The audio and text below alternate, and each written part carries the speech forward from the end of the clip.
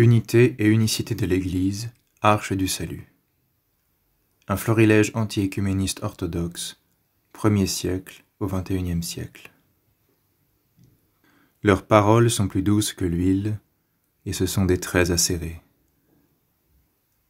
Adversus ecumenismum, le second millénaire, le XIXe siècle. Lettre encyclique patriarcale et synodale de 1895. Alors, cette encyclique a été écrite en réaction à une encyclique de Léon XIII. Une encyclique de Léon XIII adressée aux orientaux, comme l'avait fait Pie IX en 1847-48. Léon XIII a retenté le même genre d'encyclique à l'attention des orientaux, et donc aussi des orthodoxes, peut-être juste l'année d'avant ou cette année-là, 1894-95, et c'est la réponse d'un concile qui s'est tenu à Constantinople à cette adresse de Léon XIII. Encore une fois, la lettre encyclique est adressée à tous les fidèles de l'Église orthodoxe. Ici, on voit une photo du patriarche de Constantinople, Antime VII, qui a donc présidé ce concile de 1895. L'âme de tout pieux orthodoxe, qui a franchement à cœur la gloire de Dieu, est profondément affligée et douloureusement saisie de voir que l'ennemi du bien, qui fut dès l'origine destructeur de l'humanité, ne cesse jamais, par haine du salut humain, de semer l'ivraie dans le champ du Seigneur pour y détruire le bon grain. C'est ainsi que des isanies hérétiques se sont parfois produites dans l'Église de Dieu, ayant porté et continuant à porter atteinte sous plusieurs rapports au salut du genre humain. Ces germes pernicieux, ces membres pourris sont, comme de raison, arrachés toujours du corps saint de l'Église catholique orthodoxe. En ces derniers temps encore, l'esprit malin a détaché de l'Église chrétienne orthodoxe des nations entières du monde occidental, en inspirant aux évêques de Rome des sentiments d'une présomption outrée, qui a engendré diverses innovations illicites et anti-évangéliques. Le patriarche Antime VII et le Saint-Synode du patriarcat de Constantinople, lettre encyclique patriarcale et synodale, première section, Constantinople, 1895. Le texte original se trouve dans Ioannis Karmiris, ta dogmatica και συμβολικά μνημεία της Ορθοδόξου Καθολικής Εκκλησίας, tome 2, 1953, page 933 et suivante. En considération de toutes ces choses, et avançant graduellement en civilisation par la propagation des lettres, les peuples d'Occident ont commencé à protester contre les innovations et à demander, ainsi qu'il a été fait au XVe siècle, dans les conciles de Constance et de Bâle, le retour au régime ecclésiastique des premiers siècles, auquel, grâce à Dieu, sont restés et resteront toujours fidèles les églises orthodoxes de l'Orient et du Nord, qui seules constituent maintenant l'Église chrétienne, une, sainte, catholique et apostolique, soutien et fondement de la vérité. Référence à saint Paul. C'est ainsi qu'agirent encore, au XVIIe siècle, les savants théologiens gallicans, au XVIIIe, les évêques d'Allemagne, et en ce siècle de science et de critique, la conscience chrétienne s'est soulevée en 1870, Concile Vatican I, comme un seul corps, en la personne de célèbres ecclésiastiques et théologiens allemands, par suite du dogme nouveau promulgué par le Concile du Vatican sur l'infaillibilité des papes. Allusion probablement notamment à Ignaz von der Linga, qui était un grand universitaire catholique romain allemand qui s'est opposé à Vatican I. Ignaz von der Linga qui a écrit des livres académiques sur la papauté au Moyen-Âge, et notamment les falsifications autour de ce sujet. Le patriarche Antime VII et le Saint-Synode du patriarcat de Constantinople, lettre encyclique patriarcale et synodale, section 19, Constantinople, 1895. Donc, d'une part, ici, on a la reconnaissance du fait qu'il y a eu une certaine résistance en Occident même au suprématisme et à l'infaillibilité papale, les conciles de Constance et de Bâle au début du XVe siècle qui promouvaient un modèle conciliariste notamment, et le concile de Constance fait partie des conciles écuméniques du catholicisme romain, mais sa décision sur le conciliarisme, ex sancta, a été en quelque sorte rejetée finalement par le magistère romain, alors que ça fait pleinement partie historiquement du concile de Constance. Mais évidemment, Dans leur système, c'est jamais un concile qui a vraiment autorité finalement, c'est ce que accepte Rome ou pas. Mais pour ceux que ça intéresse, Ex Sancta, c'est un document du concile de Constance qui clairement explique que le concile écuménique est supérieur au pape et donc peut juger et instruire un jugement contre l'évêque de Rome. Et une affirmation très claire ici que seules les églises orthodoxes de l'Orient et du Nord, c'est-à-dire les patriarcats orientaux et les églises slaves, et l'église roumaine, etc., sont l'église chrétienne une, sainte, catholique et apostolique, donc c'est identifié avec l'église du symbole de la foi. Donc on ne peut pas lire l'église du symbole de la foi comme étant autre chose que les églises locales orthodoxes réunies en intercommunion qui forment l'église catholique orthodoxe. Dès lors, l'Église orthodoxe d'Orient se glorifie à juste titre d'être l'Église des 7 conciles écuméniques et des 9 premiers siècles, sic, du christianisme. Et partant, l'Église du Christ, une, sainte, catholique et apostolique, soutien et fondement de la vérité. 1 Timothée 3, 15. J'ai mis sic parce que on ne voit pas vraiment pourquoi c'est les 9 premiers siècles, parce qu'en réalité, la séparation a plutôt lieu au XIe siècle progressivement qu'au IXe siècle, mais au IXe siècle, il y a eu un premier clash ou une première séparation à l'époque de Saint Photios le Grand et de l'évêque Nicolas Ier de Rome, mais cette séparation s'est résolue ensuite lors du concile de 879-880 qui a réhabilité Saint Photios, avec l'approbation des légats du pape Jean VIII, donc il y a eu une réunion ensuite du patriarcat romain et des patriarcats orientaux, jusqu'à peu près au XIe siècle, ça s'effrite, mais il n'y a pas de remise en cause sérieuse de cette réunion avant le XIe siècle. Et encore, le processus petit à petit fait que c'est en particulier au XIIIe siècle que la séparation devient claire et nette, même si à certains endroits c'est déjà clair avant, ça devient clair pour tout le monde au XIIIe siècle. Et donc c'est pas simplement les 9 premiers siècles qui sont concernés. Et évidemment, l'Église des 7 conciles écuméniques, c'est une expression qui est parfois utilisée, mais beaucoup de témoins orthodoxes, et parmi eux des saints, comme Saint Nil de Thessalonique et Saint Marc d'Éphèse et Saint Génat Scolarios, reconnaissent qu'il y a bien un 8e concile écuménique, qui est justement ce concile de 879-880, qui a soigné la séparation entre Rome et les orientaux au IXe siècle et réaffirmé l'intangibilité du symbole de la foi sans le filioque, et qui était en quelque sorte le sceau et les conditions de la réunion entre l'Orient et l'Occident, en quelque sorte le contrat de communion entre l'Orient et l'Occident, et c'est parce que ce contrat n'a pas été respecté ensuite par les Occidentaux que ça a commencé à s'effriter. Et c'est bien ce concile de Sainte-Sophie de 879-880 qui confirme Nicée II comme 7e concile écuménique. Simplement, il est souvent pas compté celui de Sainte-Sophie parce qu'en général, c'est le suivant qui compte les précédents. Donc on compte le 7e concile parce qu'il y a eu ce 8e, mais on ne compte pas toujours ce 8e parce qu'il n'y a pas eu de 9e qui remplissait les mêmes caractéristiques qui font les conciles historiquement impériaux ou écuméniques de la pentarchie, et donc on parle plus rarement du 8e, mais il y a vraiment des sources, comme on le verra, orthodoxes, abondantes tout de même, qui parlent de 8e. Il était nécessaire qu'il y ait ce 8e pour qu'on parle du 7e concile. Donc en général, quand on dit les 7 conciles écuméniques, il faut comprendre que le 7e a été confirmé par un autre concile qui, lui, était le dernier en quelque sorte. Donc n'est pas toujours compté. Mais il réunit toutes les conditions mises en avant notamment à la session 6 de Nicée II qui font qu'un concile est écuménique. Les conditions politiques, il faut que ça soit convoqué par l'empereur des Romains, et les conditions ecclésiastiques, il faut que ça soit réuni avec la participation des 5 patriarcats, la collaboration de l'évêque de Rome et l'assentiment des patriarches orientaux, comme dit Nicée II.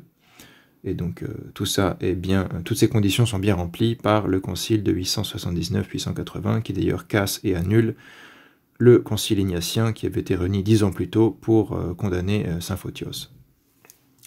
Sur les détails là-dessus, voir François Dvornik, le schisme de Photius, et des sources plus récentes aussi, comme ce qu'explique Alberigo dans les décrets des conciles œcuméniques, dans son introduction au concile ignatien de 869. Il y a aussi une étude de Meyer consacrée à ce sujet. Poursuivons. Tandis que l'Église romaine actuelle est celle des innovations, de la falsification des ouvrages des pères de l'Église et de l'interprétation erronée de l'Écriture sainte et des décisions des saints conciles. C'est donc avec raison et en toute justice qu'elle a été désavouée et qu'elle le sera tant qu'elle persistera dans son erreur. Car mieux vaut une guerre légitime, dit aussi saint Grégoire de Nazianze, qu'une paix qui sépare de Dieu. Même citation que l'encyclique de 1848. Aussi, l'âme de tout pieux orthodoxe se remplit-elle de tristesse inexprimable en voyant l'Église papale persister orgueilleusement dans ses innovations et ne point contribuer à la réalisation du but sacré de l'union, par le rejet et la répudiation de ses hérésies, et à son retour à l'ancien état de choses de l'Église chrétienne, une, sainte, catholique et apostolique, dont elle faisait elle-même alors partie. Donc encore une fois, c'est très clair, on voit très bien que ce n'est pas un manque de souhait de la réunion des catholiques romains à l'orthodoxie, simplement les conditions pour cette réunion doivent être clairement soulignées, et la théologie de l'Église, son unité, son unicité, dans l'histoire, clairement affirmée. On voit très bien que c'est la position en 1848, c'est encore la position de Constantinople en 1895, et la condition pour la réintégration dans l'orthodoxie, c'est le rejet et la répudiation de ces hérésies, dont on parlait toutes ces encycliques, notamment le Filioque, la suprématie, l'infaillibilité papale, etc. Il y en aurait d'autres qui sont listés. D'ailleurs, ce concile de 1895 condamne aussi l'Immaculée Conception de la Vierge comme une hérésie. Pour ceux qui se demandent s'il y a des décisions officielles de l'Église, oui, il y en a une, notamment ici en 1895. Donc clairement, affirmation de l'unité et l'unicité de l'Église, une partie s'en est détachée, donc n'est plus l'Église, on souhaite sa réintégration, mais les conditions, évidemment, c'est l'abjuration des hérésies, comme ça a toujours été le cas dans l'histoire. Et donc, ça ne sert à rien de faire des meetings et des dialogues à l'infini s'il n'y a aucune envie de la part des concernés de se repentir et de répudier leurs hérésies. C'est pour ça que le mouvement œcuménique n'est pas légitime de ce point de vue orthodoxe officiel qui a toujours été la position de l'Église, parce que les conditions ne sont pas remplies pour qu'un vrai dialogue fructueux, ou plutôt que de parler de dialogue, disons, une procédure de réintégration, ça serait plus juste, parce qu'on ne dialogue pas éternellement sur la vérité, on a la vérité, on l'expose, les gens l'acceptent ou ne l'acceptent pas. C'est comme ce que dit le Christ aux apôtres. Vous prêchez l'évangile, les gens l'acceptent ou l'acceptent pas. S'ils l'acceptent pas, secouez la poussière de vos sandales et allez ailleurs. On ne va pas dialoguer 3 heures, 3 ans ou 3000 ans si les préconditions ne sont pas là.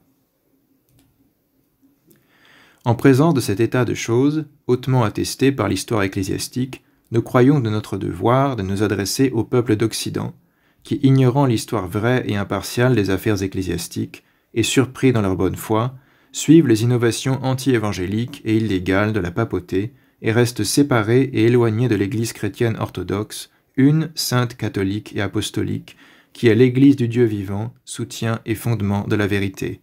1 Timothée 3,15. Et au sein de laquelle ont brillé, pendant 9 siècles entiers, sic, encore une fois, c'est pas simplement 9 siècles, par leur piété et leur orthodoxie dans la foi, les glorieux pères et aïeux de ces peuples, comme membres loyaux et fidèles de l'Église universelle, obéissant docilement et se conformant aux ordonnances des saints conciles œcuméniques. Donc selon le critère qu'on utilise pour évaluer l'orthodoxie de l'Occident, ça ne va pas forcément être 9 siècles, ça peut être moins, ça peut être plus.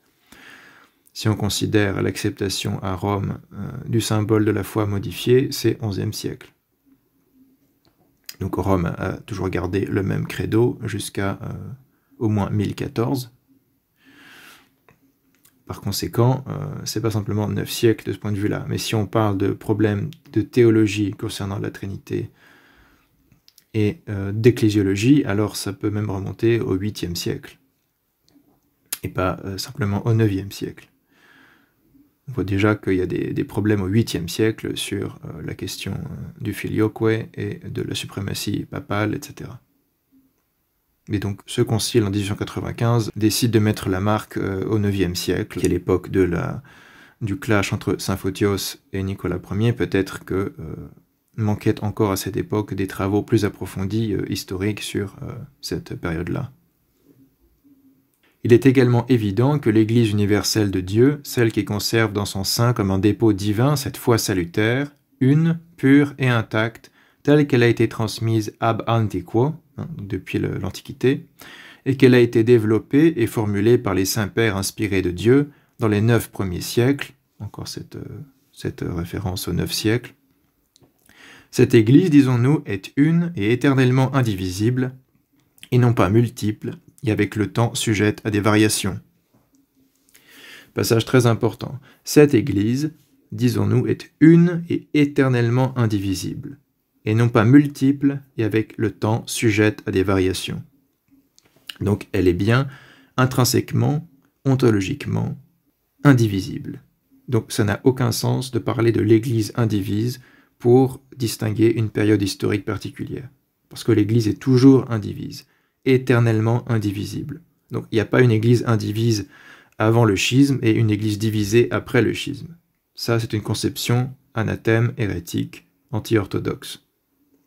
La conception orthodoxe, c'est que cette Église, une sainte catholique et apostolique, qui confesse la foi salutaire, une, pure et intacte, est une et éternellement indivisible, comme l'affirmait déjà saint Cyprien de Carthage au IIIe siècle, et non pas multiple et avec le temps sujette à des variations.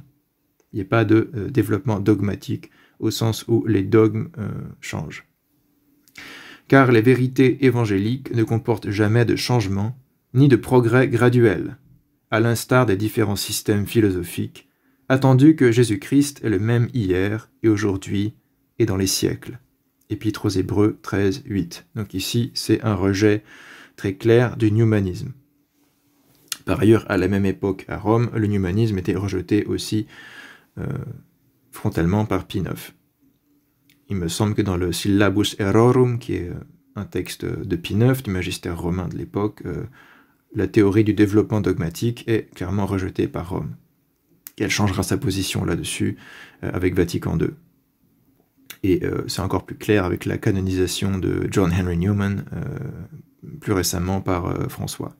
Donc maintenant, la doctrine du développement dogmatique, bien que condamnée par Rome à l'origine, est en quelque sorte la théorie favorite des théologiens catholiques romains et des historiens catholiques romains.